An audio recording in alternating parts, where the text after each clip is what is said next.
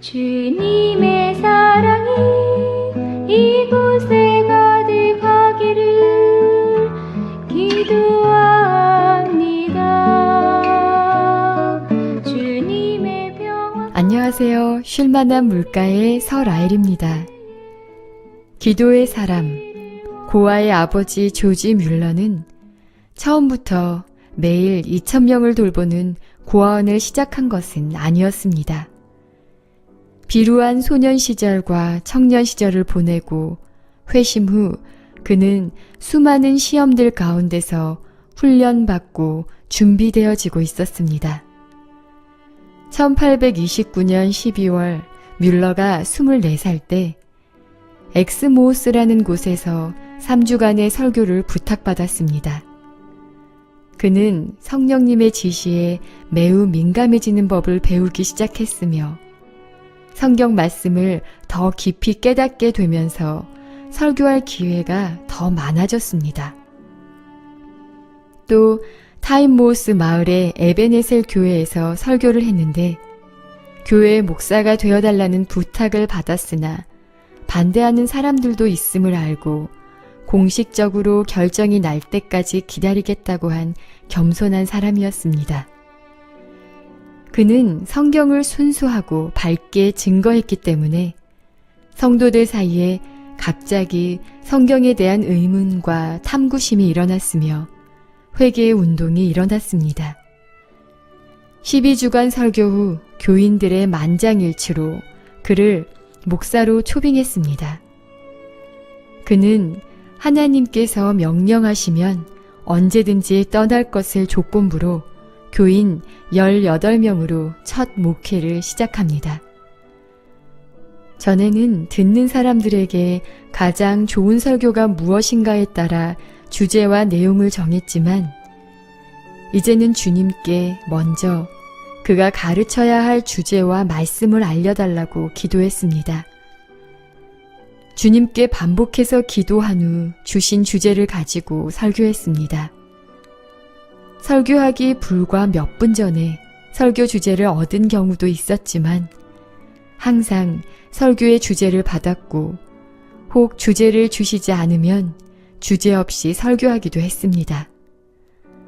설교자는 회중의 마음과 사정을 모를지라도 성령님께서는 잘 아심으로 그는 자신의 지혜로 설교하기를 포기하고 전적으로 성령님께 의지하여 설교하기로 결심했던 겁니다.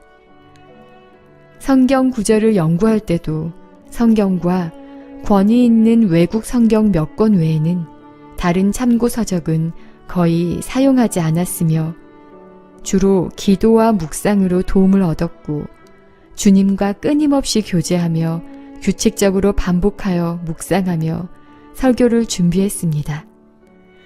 그런 과정을 설교하는 그 자체보다 훨씬 더 즐겁고 은혜롭다고 했습니다. 1830년 10월 7일 뮬러가 25살이 되던 해 연상이었지만 밝고 정직한 메리 그롭스와 결혼했습니다. 많은 기도 후에 결혼하기로 결정했으며 메리는 훌륭한 믿음의 동반자가 됐습니다.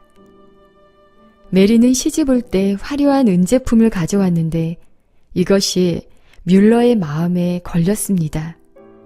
뮬러는 자신들의 화려한 생활이 가난하셨던 주님의 생활과 위배되며 누가복음 12장 33절에 너희 소유를 팔아 구제하라고 하신 말씀은 반드시 지켜야 한다고 생각했으므로 메리는 뮬러의 결정을 따랐습니다. 그 당시 교회에서는 좌속료를 받는 관습이 있었습니다. 가장 비싼 값을 지불하는 사람에게 교회에 제일 좋은 좌석을 세놓는 참 비극적인 제도였지만 이 좌속료가 바로 목회자들의 사례비가 되기 때문에 폐지되지 않았습니다. 그러나 뮬러는 이 좌속료를 받는 제도가 야고보서 2장 1절에서 6절에 의하면 주님의 마음과는 반대되는 것이라며 목회자의 월급과 연관되기 때문에 또한 사람들의 눈치도 봐야 된다고 하면서 이 제도를 폐지했습니다. 이것은 그들의 생활비를 전적으로 하나님께 의지하는 불안하지만 대단한 믿음의 결단이었습니다. 헌금통을 마련하여 목회자의 생활을 돕기 원하는 사람은 무명으로 돕도록 했습니다. 1830년 11월 가지고 있던 돈이 거의 바닥났습니다. 아침에 뮬러 부부는 기도하면서 주님께 돈이 필요하다고 말씀드렸는데 4시간 후에 한 자매가 와서 주님께서 목사님께 돈을 갖다 드리라고 했다며 일주일간 생활하기에 충분한 돈을 주고 갔습니다. 뮬러 부부는 주님의 신실하심에 기뻐서 어쩔 줄 몰랐습니다. 차차 시간이 감에 따라 주님은 그들의 믿음을 더욱더 많이 시험하셨습니다. 1831년 1월 사흘간 뮬러는 반복해서 주님께 돈이 필요하다고 간구하였으나 아무것도 받지 못했습니다. 이번에는 주님을 의지하는 것이 아무 소용없다고 생각하기 시작했습니다.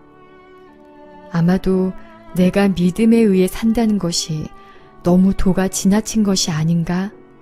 라고 생각하기도 했지만 결국 하나님은 신실하심을 증명하셨습니다.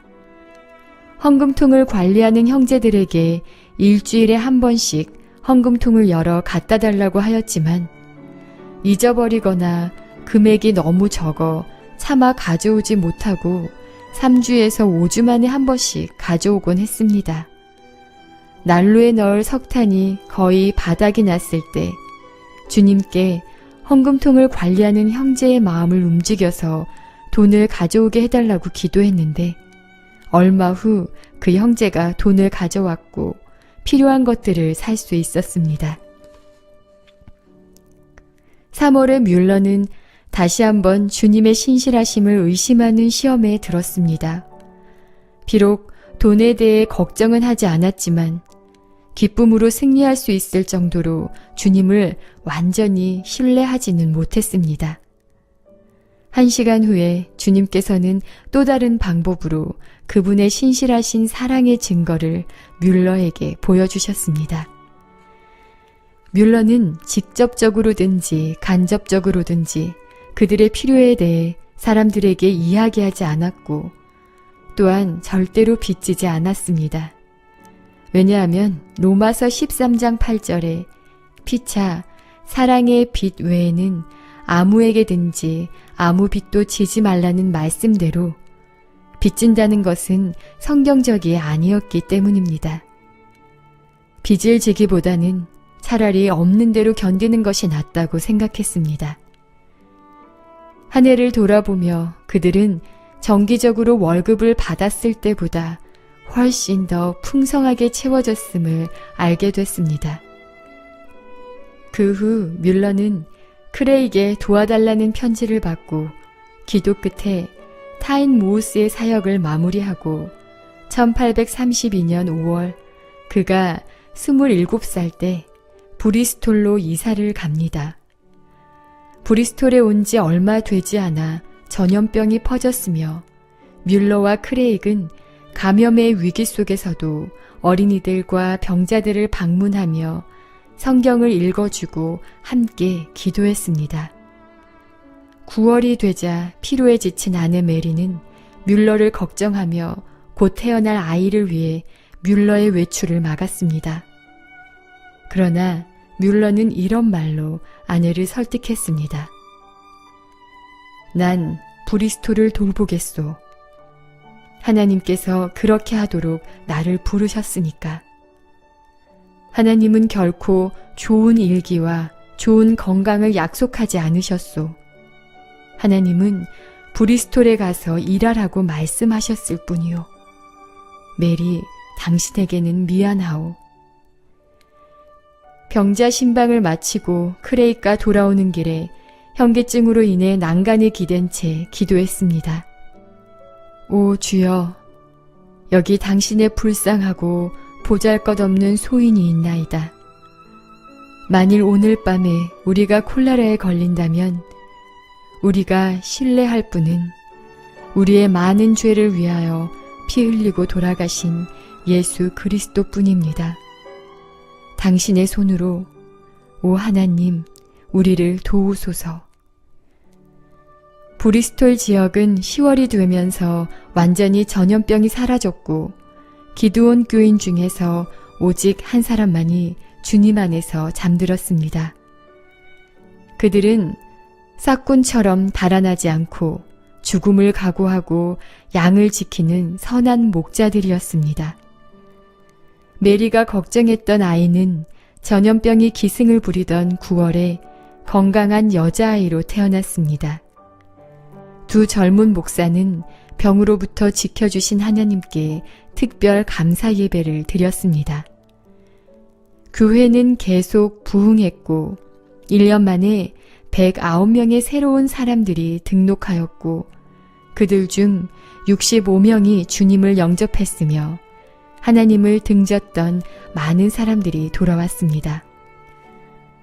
1834년 뮬러가 29살 때 국내외에 복음을 전파할 수 있는 선교 기관인 성경연구원을 설립하였습니다. 성경연구원의 목적은 성경을 가르치는 가난한 아이들을 위한 무료 주간학교, 주일학교, 성인학교를 세워 성경을 가르치고 배포하고 선교사들을 지원하는 것이었습니다. 그들은 빚을 지거나 사람들의 도움을 요청하면서까지 사업을 확장하지 않으며 하나님의 도우심만을 구하는 것을 경영의 원칙으로 삼았습니다. 성경연구원의 활동이 시작된 지 7개월이 지났을 때 무료 주간학교에는 약 209명의 아이들, 주일학교에는 120명, 성인학교에는 40명이 교육을 받게 되었고 수백 권의 성경이 배부되었습니다. 고아원을 시작하기 전 뮬러는 교회를 돌보며 2,000명의 아이들의 아버지가 되도록 준비되고 있었습니다. 오늘 우리가 아무리 보잘것없는 일을 하는 것처럼 보여도 그 일 중에 우리는 더 큰 일을 할 수 있는지 저울에 올려지면서 또한 준비되고 있습니다. 다음 시간에는 성경연구원을 통해 고아원을 시작한 뮬러의 믿음의 행보들을 소개해 드리겠습니다. 청취해 주셔서 감사합니다. 쉴만한 물가의 설아일이었습니다. 주님의 사랑이